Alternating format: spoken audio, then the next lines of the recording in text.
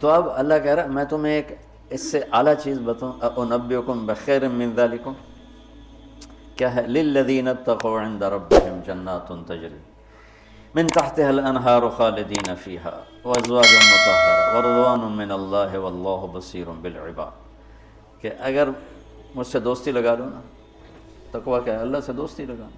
اور تقویٰ کوئی ایسی آسمانی مخلوق نہیں ہے یا ایسی کوئی مشکل صفت نہیں ہے جو پیدا عام سے عام مسلمان تقوی والا ہو سکتا. آگے آئیں گی، میں وہ بتا رہا ہوں، بلکہ پہلے وہ بتا دیتا ہوں. کون ہے تقوی والے؟ اللہ جو یہ کہتے ہیں اللہ ہم تیرے اوپر ایمان لائے، یا اللہ ہمارے گناہ معاف فرما، ہمیں جہنم سے نجات عطا فرما. اور تقوی والے کون ہوتے ہیں؟ جو صبر کرتے ہیں، جو سچ بولتے ہیں، جو عبادت کرتے ہیں، جو خرچ کرتے ہیں، اور جو تہجد پڑھتے ہیں. لو یہ 4-5 باتیں ہیں، یہ کر لو تو آپ تقوی والے ہو. تو اس پر ملنے والا کیا ہے؟ جنات تجری من تحتها الانہار. انسان جب سے پیدا ہوا ہے اور جب سے پروان چڑھ رہا ہے اور نسل در نسل آئیڈیل لائف کی تلاش میں، 18ویں صدی میں جب سائنس نے ایک دم آنکھیں کھولی اور انسان نے کائناتی علم دریافت کیے، تو ایک شور اٹھا کہ اب خدا کوئی نہیں ہے، اللہ کوئی نہیں ہے. یہ سارا سسٹمیٹک سسٹم ہے. تو ہم نے مادی طاقتوں کا راستہ دیکھ لیا ہے، ہمیں کسی خدائی جنت کی ضرورت نہیں، ہم دنیا کو جنت بنا دیں گے. یہ 18ویں صدی میں بہت انکار، اللہ کے انکار کی بہت ہوا چلی. پھر انسانی علم خود یہاں تک پہنچا کہ نہیں، اللہ کے انکار کے بغیر کائنات کا کوئی نہ سر ہے نہ پیر ہے، نہ توجیہ ہو سکتی ہے، نہ کوئی اس کے کسی سوال کا جواب ہو سکتا ہے. لہذا ایک خالق ضرور ہے جس نے اس کائنات کو پیدا کیا ہے. تو انسان، اچھا ایک بات پہلے میں جو میڈیکل سائنس کہتی ہے کہ انسان اپنے ذہن میں کبھی بھی ناممکن کی تمنا نہیں کر سکتا. آپ کو کسی ان پڑھ سے ان پڑھ، ایک چھوٹی سی مثال، کدی 2 تے 2 5 ہو جان، کسی کو یہ تمنا کرتے دیکھا کدی 2 تے 2 5 ہو جان.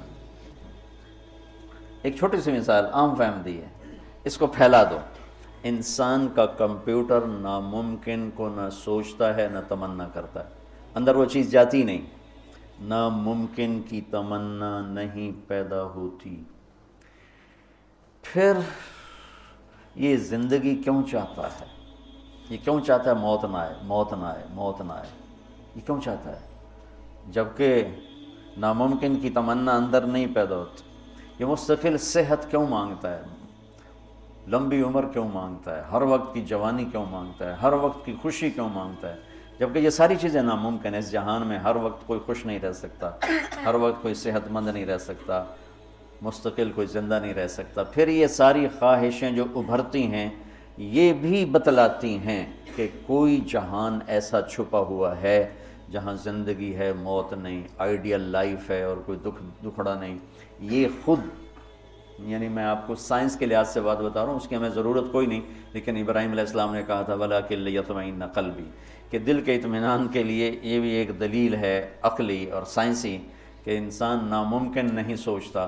تو پھر کیوں سوچتا ہے جوان رہوں، خوشیاں دیکھوں، غم نہ دیکھوں، موت نہ دیکھوں، عالی شان گھر ہو، عالی شان سواری ہو؟ یہ کیوں دیکھتا ہے کہ ایک جہان موجود ہے جہاں یہ عالی شان زندگی موجود ہے. وہ کہاں ہے؟ عند ربہم، وہ اللہ کے پاس. جنت کہاں ہے؟ 7ویں آسمان اس کی بیس ہے، 7واں آسمان. اور 7ویں آسمان سے بنتی ہے اور یوں اوپر جاتی ہے. تو ایسا نہیں کہ وہ بلڈنگ اوپر جاتے جاتے جاتے عرش سے مل گئی، وہ بیچ میں سپیسز ہیں. یہ ایک جنت ہے، پھر ایک یہ ہے، ایک یہ ہے، ایک یہ ہے، ایک یہ ہے. عرش کے ساتھ جا کر جو جنت مل گئی ہے کہ اللہ کا عرش اس جنت کی چھت بن گیا ہے، وہ ہے جنت الفردوس. ان الذين آمنوا وعملوا الصالحات كانت لهم جنات الفردوس نزلا اولئك هم الوارثون يرثون الفردوس. تو فردوس اعلیٰ جنت ہے. اللہ نے ساری جنتوں کو بنایا کن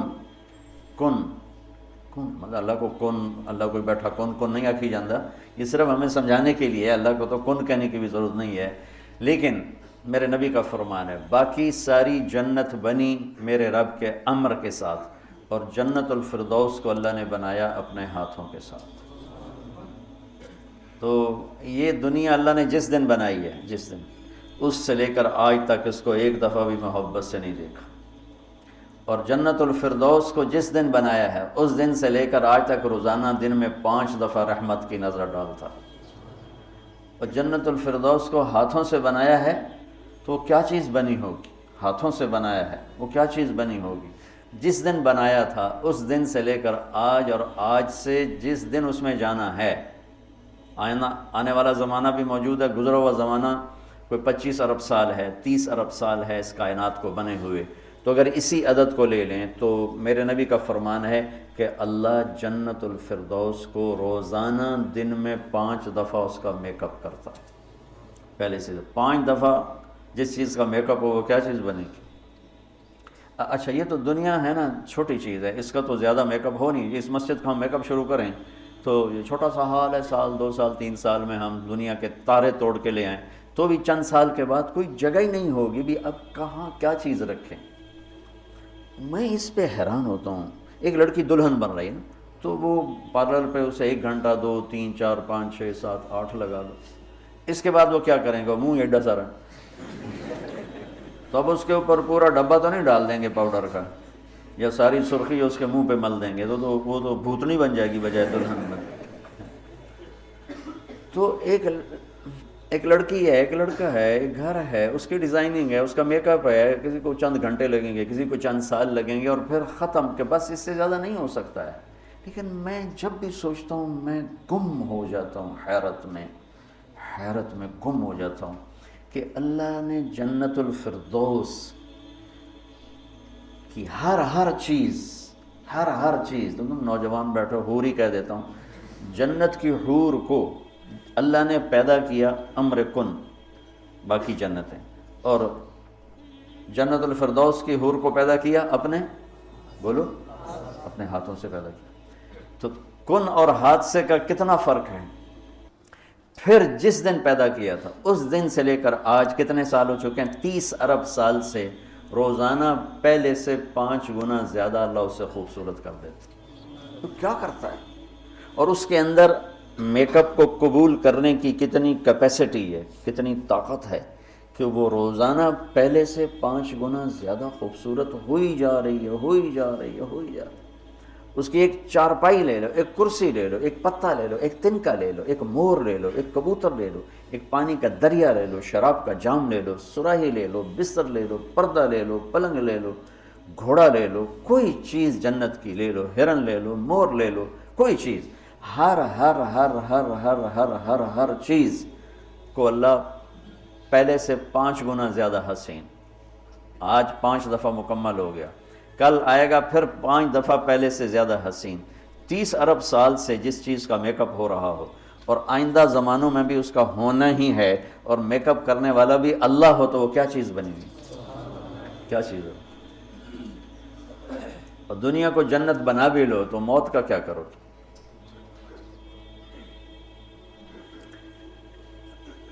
ایک آدمی نے بہت عالیشان بنایا اپنا گیٹ گھر، تو میں اس کے ساتھ جا رہا تھا تو مجھ سے کہنے لگا مولانا صاحب اتنے ہی ویکھو، اسی تو اتنے روپیے لا چھڑیں تسی ویندے ہی نہیں پے ہو، دیکھو میں نے کیا بنایا۔ تو مجھ سے کہنے لگا مولانا صاحب اتنا ویکھو تو میں کتنے پیسے لائیں تے کی بنا دیتا ہے۔ تو میرے بولنے سے نا پہلے خود ہی بول پیا، پر مصیبت ہے مر جامنا ہے چھڑ جامنا، ساتھ ہی پر مصیبت ہے مر جامنا ہے چھڑ جامنا۔ میں کہا بھائی ہوں دس، تو آپ ہی دس دیتا ہے، میں نے ویکھ کی کرنا، تو کیا علاج کریں؟ نوشیروان کے پوتے خسرو پرویز نے محل بنایا 11,000 پلر پر، 11,000 ستونوں پر محل بنایا، اور 10 سال نہیں رہ سکا اس میں، اور وہ محل زیر و زبر ہو گیا، کیسر نے شکست دی اور محل کو آگ لگا دی۔ عبد الرحمن ناصر اموی بادشاہ نے اسپین میں محل بنایا 4,316 پلر اور برج، اور 25 سال صرف اس میں رہا، اور جا کے اسی قبر میں گر گیا جس قبر میں غریب جا کے گرتا ہے۔ آج اس محل کے کھنڈر میں دیکھ کر آیا ہوں قرطبہ میں کہ کیا وہ شان و شوکت 300 ہجری میں بننا شروع ہوا، اور 1000 خچر سامان ڈھونے کے لیے اور 10,000 مزدور مستری راج اس پہ کام کرنے کے لیے، چونکہ اس مینول کام تھا سارا، مشینی کام تو تھا نہیں، اور پوری دنیا سے سونا چاندی ہیرے لائے گئے، اور مختلف جگہ پہ پارے کے تالاب بنائے گئے سورج کی گردش کو سامنے رکھ کر، کہ پارا چونکہ ٹکتا نہیں، یوں یوں کرتا ہے تو سورج کی شعائیں اس پر پڑتی، اور جب وہ پارا ڈانس کرتا تو شعا بھی ڈانس کرتے ہی اوپر جا کے محل پہ پڑتی، تو پورا محل یوں رقص کرتا ہوا نظر آتا تھا، یوں سارا محل جھومتا نظر آتا تھا۔ اتنا اس اللہ کے نیک بندے نے تباہ کیا پیسہ قوم کا، اور ٹوٹل 25 سال، اب 350 میں وہ مر گیا، اور اس کی سوانے میں لکھا ہے 50 سال میں نے حکومت کی اور ہر دشمن کو زیر کیا، لیکن میں نے اپنی خوشی کے دن گنے 50 سال میں تو صرف 14 دن تھے، صرف 14 دن۔ تو اب اس کا کیا علاج ہے کہ آپ نے سب کچھ بنا لیا، موت کو بھگاؤ؟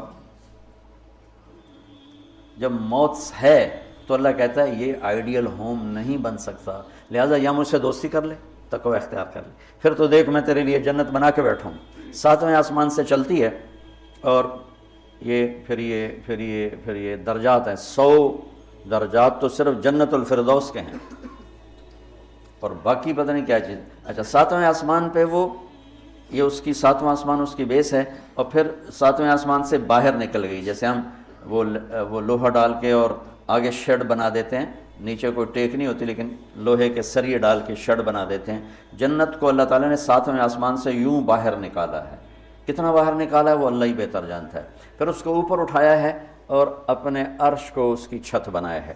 جنت الفردوس کے لیے اللہ کا عرش چھت ہے اس مسجد کی چھت کی طرح، اور باقی جنتوں کے لیے اللہ کا عرش چھت ہے آسمان کی طرح۔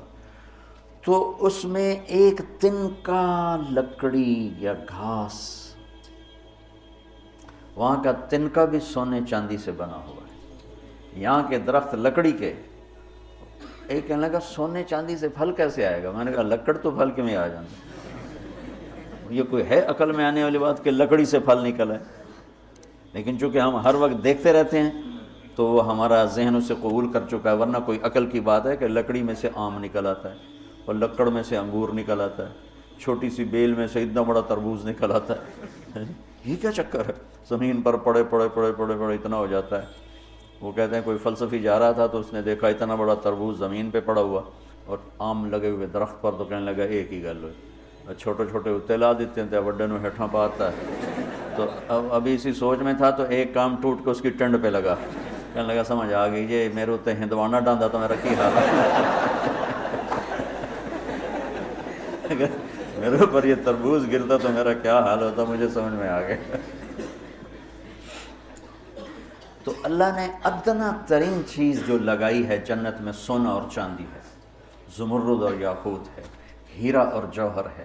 اور میں نے ملکہ برطانیہ کے محل میں دیکھا، اس کے تاج میں، ان کے محل میں عجائب گھر بنا ہوا تو ان کے تاج میں لگا ہوا تھا کوہ نور، لیکن اب اس کی وہ شان و شوکت نہیں رہی، چونکہ کاٹ کے تاج میں لگایا اور پھر 3 ٹکڑے کر کے آگے ایک پٹی میں رکھا ہوا تھا۔ یہ پورا جب ہیرا تھا تو دیوگری جنوبی ہند کی ایک ریاست تھی، اسے علاؤالدین خلجی نے فتح کیا، تو جب مال غنیمت کے لیے خزانے کا دروازہ کھولا گیا تو اس میں یہ ہیرا پڑا ہوا تھا، تو علاؤالدین خلجی کے منہ سے بے ساختہ نکلا کوہ نور، یہ تو نور کا پہاڑ ہے، تو اس سے اس ہیرے کا نام ہی کوہ نور پڑ گیا۔ تو پھر جب انگریزوں نے فتح کیا ہندوستان کو تو پھر ملکہ برطانیہ کے لیے اسے جہاز کے ذریعے سے وہاں لندن پہنچا دیا گیا۔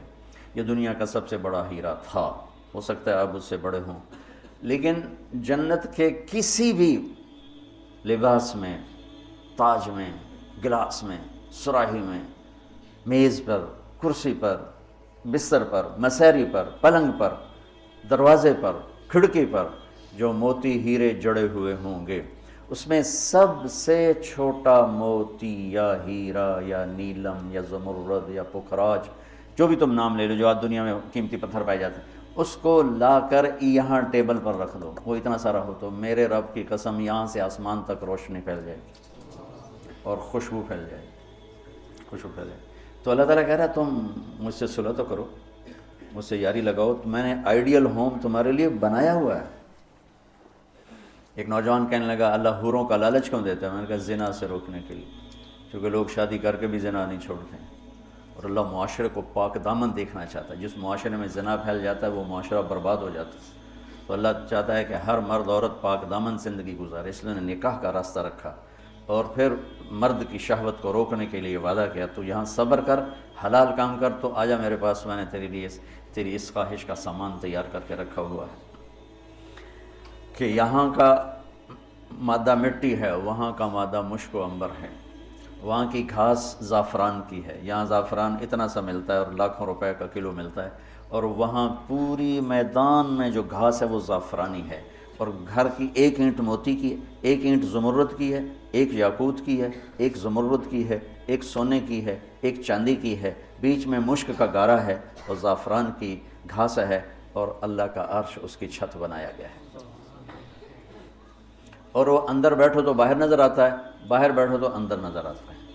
میں نے جو ایک دفعہ جنت کا محل دیکھا خواب میں، تو یہ اس کی میں نے صفت جو پڑی تھی وہ میں نے آنکھوں سے دیکھی کہ میں اس کے اندر چل رہا تھا، مجھے باہر بھی نظر آ رہا تھا اور اوپر بھی نظر آ رہا تھا اور دائیں بائیں بھی نظر آ رہا تھا، حالانکہ میں ایک گیلری میں چل رہا تھا، اور اس کا جو فرش تھا مجھے لگتا تھا ہر فرش کی ٹائل کے نیچے سورج نکلا ہوا ہے، اس طرح اس میں سے روشنیاں نکل رہی تھیں، روشنیاں نکل رہی تھیں۔ میں حور کو بیان کرتا ہوں جو ابن القیم نے لکھا ہے، لیکن جو میں نے دیکھی ہے وہ میں بیان نہیں کر سکتا، میں اس کو اب بھی دیکھ رہا ہوں۔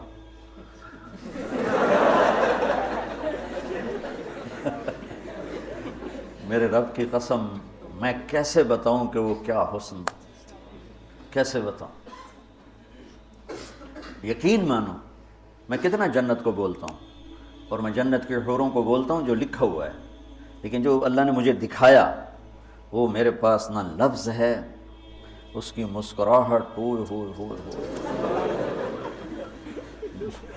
اگر وہ دنیا میں ہوتی تو میں تو ویسے مری فوت ہی ہو جاتا۔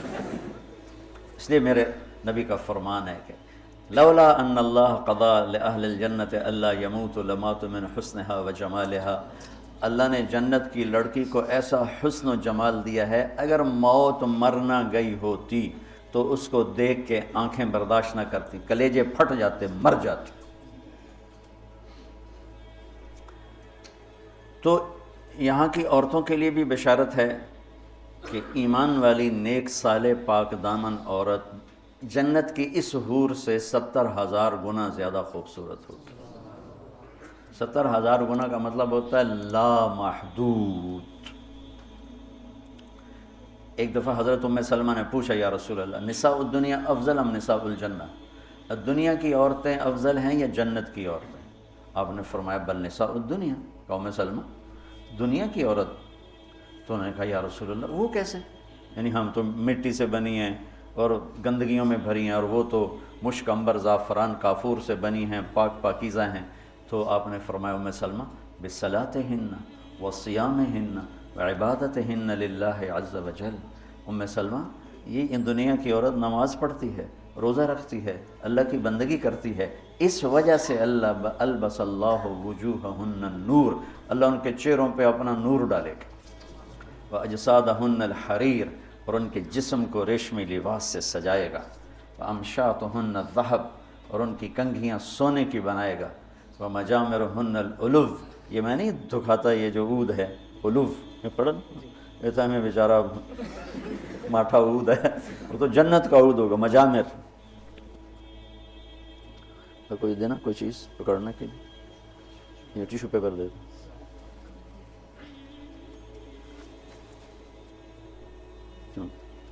اس کو کہتے ہیں مجمار۔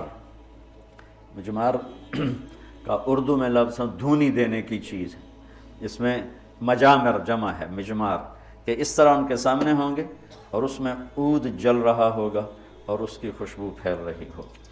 یہ دنیا کی عود ہے، ساری مسجد میں خوشبو آتی کہ نہیں آتی؟ ماٹھی سی چیز ہے، تو وہ کیا چیز ہوگی؟ وہ خوشبو ایک بہت بڑی یعنی فریش کرنے والی ایک نعمت اللہ نے بنائی. دماغ کی غذا ہے خوشبو، آنکھوں کی غذا ہے سبزہ، اور دماغ کی غذا ہے خوشبو. اللہ تعالیٰ نے اس کو خوشبوؤں سے بھر دیا.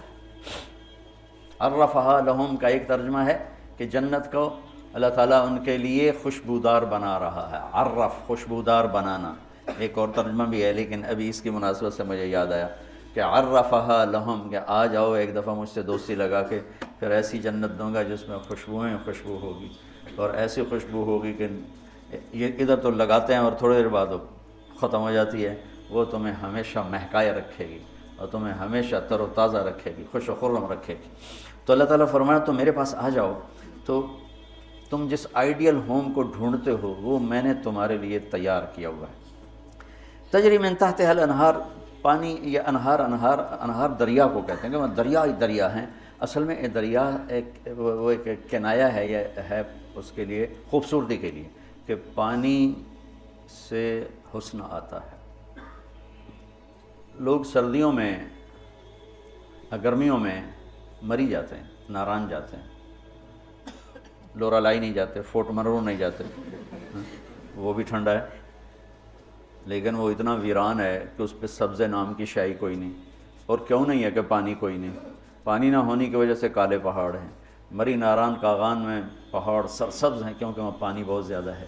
تو انہار یہ اشارہ ہے خوبصورتی کی طرف.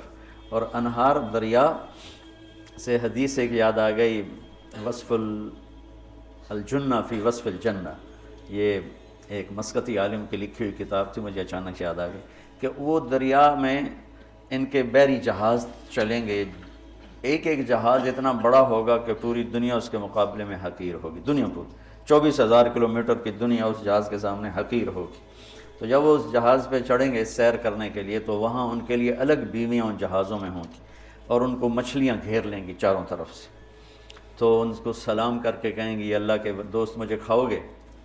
وہ کہے گا کھاؤں گا. تو وہ پوچھے گی مچھلی کباب کھاؤ گے، سالن کھاؤ گے؟ تو وہ کہے گا اتے تو آؤ اندر ہی گلنا کیتی چند. تو پھر وہ چھلانگ لگا کے اوپر آ جائے گی. تو موت تو ہے نہیں، تو وہ کہے گا کباب کھلاؤ، تو وہ یوں کرے گی. تو ایک کندھے سے کباب نکل کے سامنے آنا شروع ہو جائے. کہے گا سالن دے، تو یوں کرے گی. تو میں یہ بنگلہ دیش میں حدیث بیان کرتا ہوں، بہت مزہ آتا ہے کیونکہ بنگالی بڑے خوش ہوتے ہیں. ان کی غذا مچھلی ہے نا. ایک دفعہ پہلوانوں کو اکٹھا کیا ہم نے. زندگی میں پہلی دفعہ میں نے پہلوان اتنے دیکھے، اور پہلی دفعہ ان سے میں نے بات کرنی. میں پریشان، یا اللہ میں ان سے کیا بات کروں، سارے انج کر